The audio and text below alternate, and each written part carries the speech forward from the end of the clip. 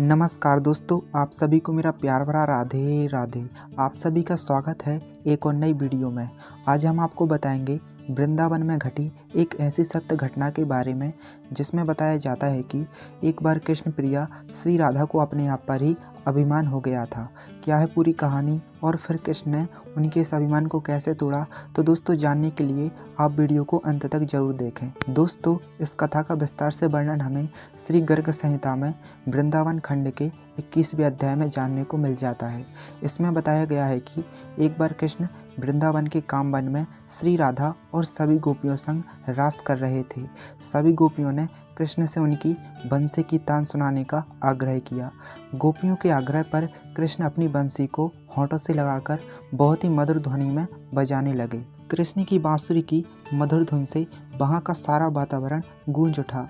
One के आसपास के सभी पशु पक्षी और ब्रज की गोपियों के साथ साथ आकाश में देवताओं के साथ विराजमान अप्सराएं भी कृष्ण की बांसुरी की मनमोहक धुन से मंत्रमुग्ध होने लगीं। कृष्ण की मधुर बांसुरी की तान से तीनों लोग आनंदित हो रहे थे और इस तान का सम्मोहन ऐसा था कि न केवल नदियों का जल बहना भूल गया और स्थिर हो गया, बल्कि पर्वत भी अपनी कठोरता छोड़कर पिघलने लगे। लेकिन तब गोपियों को अपने इसी सौभाग्य पर अभिमान हो गया। उन्हें इस बात का अभिमान हो गया कि जिसकी बंसी की तान से तीनों लोग मोहित हो रहे हैं, वो कृष्ण स्वयं इनके सामने हैं। जैसा कि दोस्तों हम सभी जानते ही हैं कि जहाँ अभिमान और अहंकार का वास होता है, वहाँ श्री हरि का वास नहीं होता। जैसे ही गोपियों को कृष्ण के समक्ष होने का अहंकार हुआ, तो तुरंत ही कृष्ण श्री राधा को संग लेकर वहाँ से अंतर्ध्यान हो गए और फिर गोपियों का सारा अहंकार और अभिमान क्षण भर में ही चूर हो गया। गोपियाँ अपनी भूल और कृष्ण की लीला को समझकर नेत्रों में आंसू लिए व्याकुल होकर कान्हा का नाम पुकारते हुए हर ओर कृष्ण को ढूंढने लगीं।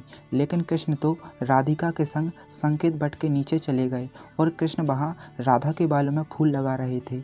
उस समय कान्हा ने राधा का स्वयं श्रृंगार किया और उसके बाद कृष्ण राधा को लेकर कोकिला वन में चले गए। उधर कृष्ण को खोजती हुई गोपियों को कान्हा के चरण चिन्ह दिख जाते हैं। कृष्ण के इन पद चिन्हों का अनुसरण करती हुई गोपियाँ आगे बढ़ती गईं और उन चरण चिन्हों को निहारती हुई कान्हा कान्हा पुकारते हुए कोकिला वन में जा पहुंची। तभी गोपियों की आवाज़ सुन कृष्ण ने राधा जी से कहा, हे राधे, चारों ओर से गोपियाँ यहाँ आ पहुँची हैं, अब भी तुम्हें अपने साथ ले जाएंगी, यहाँ से जल्दी निकल चलो। लेकिन दोस्तों, गर्ग संहिता के इसी अध्याय में बताया गया है कि कान्हा के प्रेम और समर्पण को देख उस समय राधा जी अपने रूप यौवन व अभिमान के गर्व में चूर हो गईं और वो अहंकार के बस में आकर श्री कृष्ण से कहने लगीं, कान्हा, मैं कभी राजभवन से बाहर नहीं निकली थी, किंतु आज मुझे अधिक चलना पड़ा। अब मैं एक पग भी आगे नहीं चल सकती।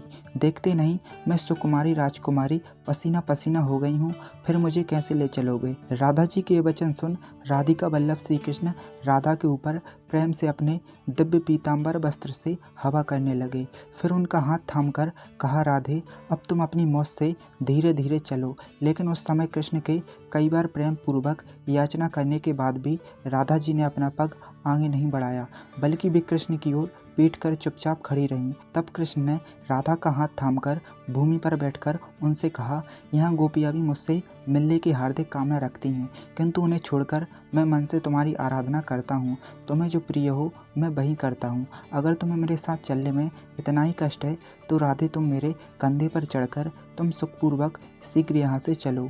कृष्ण के वचन सुनकर जैसे ही राधा जी ने कृष्ण के कंधे पर चढ़ना चाहा, तो तुरंत ही श्री कृष्ण राधा को भी अकेला छोड़कर वहाँ से अंतर्ध्यान हो गए और फिर कृष्ण के अंतर्ध्यान होने के बाद कीर्ति सुकुमारी राधा का अभिमान भी पल भर में उतर गया। लेकिन दोस्तों, ये क्या वाकई श्रीमती राधा रानी का अभिमान ही था? तो दोस्तों, ऐसा बिल्कुल भी नहीं है। भला राधा रानी को भी अभिमान हो सकता है? वो तो कृष्ण में निवास करती हैं और कृष्ण राधा रानी में निवास करते हैं। लेकिन फिर आप सोच रहे होंगे कि ये कथा झूठी है, तो ऐसा बिल्कुल भी नहीं है। कथा बिल्कुल सत्य है। गर्ग संहिता में हमें कथा देखने को मिल जाती है। दरअसल दोस्तों, आप पहले कथा को सही से समझिए। गोपियों और राधा रानी का कृष्ण पर अभिमान ये कृष्ण की लीला ही थी, जिसमें वो साफ साफ संकेत दे रहे हैं कि अगर कोई भक्त अभिमान करता है या फिर वो स्वयं कृष्ण का ही अभिमान करते हैं कि मेरी भक्ति ही सबसे सर्वश्रेष्ठ है, तो वहाँ भगवान श्री कृष्ण निवास नहीं करते हैं। भगवान श्री कृष्ण भी स्वयं कहते हैं कि जहाँ अभिमान और अहंकार का वास होता है, वहाँ मैं वास क्षण भर के लिए भी नहीं करता। इसलिए दोस्तों, कभी भी अपने अंदर और अपनी भक्ति में अभिमान और अहंकार को आने ही नहीं दीजिए, तो दोस्तों अब आप समझ ही गए होंगे कि भगवान श्री कृष्ण राधा रानी और गोपियों को छोड़कर अंतर्ध्यान क्यों हो गए थे। दोस्तों आप हमें इंस्टाग्राम पर भी फॉलो कर सकते हैं, वहाँ आपको देखने को मिलेंगे श्री राधा कृष्ण के बेहद सुंदर सुंदर कोट्स, और आप हमसे वहाँ राधा कृष्ण के जीवन से जुड़े जो भी छोटे छोटे तथ्य हैं आसानी से पूछ सकते हैं। मैंने अपनी इंस्टाग्राम आईडी का लिंक नीचे डिस्क्रिप्शन में दे दिया है, तो आप हमें ज़रूर फॉलो करें। दोस्तों आपको ये वीडियो कैसी लगी हमें कमेंट करके अपनी राय जरूर दें। अगर वीडियो आपको अच्छी लगी तो वीडियो को जल्दी से लाइक, शेयर और हमारे चैनल को सब्सक्राइब करके नोटिफिकेशन बेल को प्रेस जरूर कर लें, ताकि आपको हमारी सारी वीडियोस की नोटिफिकेशन आगे भी मिलती रहे। तो चलिए दोस्तों मैं मिलता हूँ आपको अगले वीडियो में, तब तक के लिए राधे राधे।